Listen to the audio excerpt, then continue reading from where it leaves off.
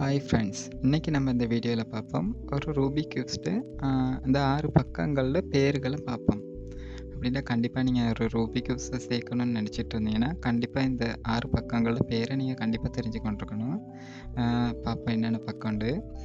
அவங்களுக்கு முன்னுக்கு இந்த தெரிகிற பக்கத்தை வந்து நம்ம ஃப்ரண்ட்டுன்னு சொல்லுவோம். இதே வலது பக்கமாக இருக்கிறத வந்து நம்ம ரைட்டுன்னு சொல்லுவோம். இடது பக்கமாக இருக்கிறத லெஃப்ட்டுன்னு சொல்லுவோம். மேலே பார்த்தீங்கன்னா இதை வந்து அப்புன்னு சொல்லுவோம். இதே ஃப்ரண்ட்டுக்கு கீழே வந்து நம்ம டவுன்னு சொல்லுவோம்.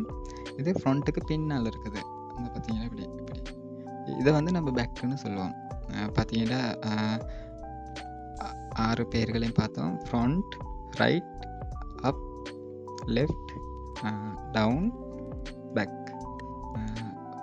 பார்த்தீங்கன்னா பழைய வீடியோவில் நம்ம போட்டிருப்போம் ஒரு ரூபிக் கியூப்ஸ்ட்டு பேசிக்கான இன்ஃபர்மேஷனு. நீங்கள் அந்த வீடியோ பார்த்துருந்தீங்கன்னா இந்த வீடியோ உங்களுக்கு இலவாக புரியும். பார்க்காதவங்க இருந்தீங்கன்னா கண்டிப்பாக அந்த வீடியோ பாருங்கள், அப்போ இதை உங்களுக்கு இலவாக புரிஞ்சுக்கொள்ளலாம். இப்போ நம்ம வந்து 6 பக்கத்து பேர்களை பார்த்தோம். இப்போ நம்ம ஒரு ரூபிக் கியூப்ஸை சேர்க்கக்குள்ளே நம்ம அந்த பேர்களை வச்சு எந்த நேரம் நம்ம மூவ் பண்ணிகிட்ருக்கேன். அது என்கிட்ட அதுக்கு ஒரு சின்ன நம்ம குறியீடு மூலம் அதை அறிஞ்சு கொள்ளலாம். பார்த்தீங்கன்னா இப்போ ஃப்ரண்ட்டுன்னு சொல்கிறோம் தானே. ஃப்ரண்ட்டுன்னு சொன்னால் நம்ம வந்து இதை எஃப்னு தெரிஞ்சுக்கொள்வோம். சரியா? இது ரைட்னா இதை வந்து ஆர்னு தெரிஞ்சுக்கொள்வோம். இது வந்து அப்னா இதை வந்து யூன்னு தெரிஞ்சுக்கொள்வோம். இது வந்து லெஃப்ட்னா இதை வந்து எல்லுன்னு தெரிஞ்சுக்கொள்வோம். இது டவுன்னா இதை வந்து டின்னு தெரிஞ்சுக்கொள்வோம். இது வந்து பேக்னா பின்னு தெரிஞ்சுக்கொள்வோம். அப்போ அவ்வளோத்தையும் அந்த முதல் எழுத்துக்களை வச்சு தான் நம்ம தெரிஞ்சுக்கொள்கிறோம். பார்த்தீங்கன்னா இது எஃப், இது ஆர், இது யூ, இது எல், இது டி, இது வந்து பேக். இப்போ அவனுக்கு புரிஞ்சிருக்குன்னு நினைக்கிறேன். 6 பேர்களையும் பார்த்தோம், 6 குறியீடுகளையும் பார்த்தோம். இப்போ பார்ப்போம் இந்த குறியீடு மூலம் எப்படி இதை மூவ் பண்ணுறதுன்ட்டு. அப்படின்னா ஒரு குறியீடுக்கும் ஒரு மூவ் இருக்குது. அப்போ அதுகளை பார்ப்போம். எப்படின்னு பார்த்தீங்கன்னா எஃப்னு சொன்னீங்கன்னா இது வந்து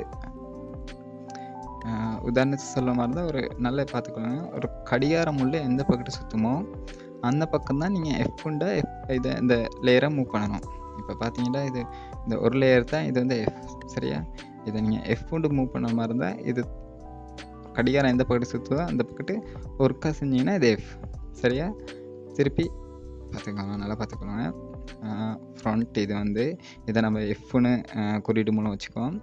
இப்போ எஃப் மூவ் பண்ணுங்கண்டா நீங்கள் கண்டிப்பாக தெரிஞ்சுங்க எஃப்பை வந்து ஒர்க்கா இப்படி இது தான் எஃப். சரியா? இதே நீங்கள் ஆறுன்னு சொன்னீங்கன்னா இது இந்த பக்கம் எங்களுக்கு கடிகாரம் சுற்றுது பாருங்கள். ஆறுண்டா இந்த பக்கம், அப்போ ஆறுண்டா இப்படி தான் நீங்கள் சுற்றணும். சரியா? அப்படின்னா clockwise, anti clock wise.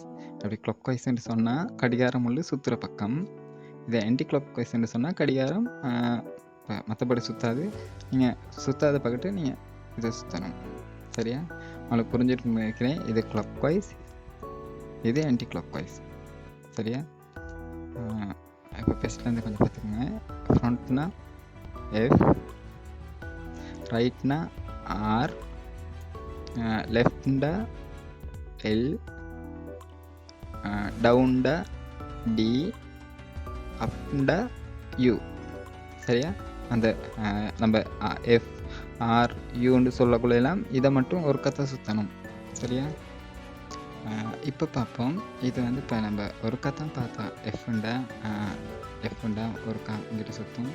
இப்போ நம்ம இந்த பக்கத்து சுற்றினா நம்ம எப்படி என்ன குறியீடை வச்சு நம்ம கண்டுபிடிச்சிக்கலாம் அப்படின்னு பார்த்தீங்கன்னா, இப்போ உதாரணத்துக்கு பார்த்தீங்கன்னா இந்த பார்த்தீங்கன்னா விலங்கு இந்த நாட்ஸை பார்த்தீங்கன்னா ஆன்டி கிளாக் வைஸ் அப்படின்ட்டு இந்த எஃப்க்கு மேலே ஒரு சின்ன குறியீடு ஒன்று வரும். பார்த்தீங்கன்னா விலங்கு. சரியா? இதே எஃப் தான், இந்த எஃப்க்கு மேலே ஒரு குறியீடு. இப்போ நம்ம உதாரணத்துக்கு பார்த்தோம்னா இதை வந்து நம்ம எஃப்னு சொல்கிறோம், இதை எஃப்னு சொல்கிறோம். இதே நம்ம இதை இப்படி திருப்பணுமா இருந்தால் இதை வந்து நம்ம வந்து எஃப் ப்ரைம்னு சொல்கிறோம். சரியா? அப்படின்னா இதை எஃப்னு சொன்னோம். இது இப்போ கடிகாரம் சுற்றாத பக்கத்து சுற்றினா எஃப் ப்ரைம்னு சொல்கிறோம். அவங்களுக்கு விளங்கியிருக்குன்னு நினைக்கிறேன். இது வந்து எஃப், இது வந்து எஃப் ப்ரைம். சரியா?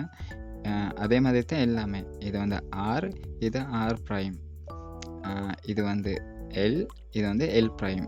இது வந்து யூ, யூ ப்ரைம். இது டவுன், இது டவுன் ப்ரைம். இது வந்து பி, இது வந்து பி ப்ரைம். சரியா? அப்போ உங்களுக்கு புரிஞ்சிருக்குன்னு நினைக்கிறேன். இப்படின்றா எஃப், இதே இப்படி திருப்புறமா இருந்தால் எஃப் ப்ரைம். சரியா? அப்படின்னா உங்களுக்கு வந்து இந்த மாதிரி விளங்கும். பார்த்தீங்கன்னா எஃப்ன்ட்டு இருக்கு. இங்கே பாருங்கள் எஃப்க்கு மேலே ஒரு சின்ன குறியீடு. அப்போ இதை போட்டிருந்தா நீங்கள் தெரிஞ்சுக்கொள்ளணும், இது வந்து நம்ம கடிகாரம் முழு சுத்தாத பக்கத்து தான் சுற்றுறோம். அப்படின்னா ஆன்டி கிளாக் வைஸ். இப்படி இருந்து இப்போ வந்து ஆர் ப்ரைம்னு சொன்னால் இப்படி, ஆர்ன்னு சொன்னால் இப்படி. இது மட்டும் உங்களுக்கு புரிஞ்சிருக்கும்னு நினைக்கிறேன். நம்ம பார்ப்போம் அடுத்தடுத்த வீடியோவில் இந்த ரூபிக் கியூப்ஸை எப்படி இந்த குறியீடுகளை வச்சு இலகுவாக இப்போ நம்ம சேர்த்துக்கலான்னு பார்ப்போம். கண்டிப்பாக இந்த குறியீடுகளை நீங்கள்லாம் ஞாபகம் வச்சுக்கோங்க. இந்த வந்து ஒரு முழுக்க முழுக்க சிறுவர்களுக்கு தான், பெரியவங்க பார்க்கக்கூடாதுன்னு இல்லை, கண்டிப்பாக பார்க்கலாம்.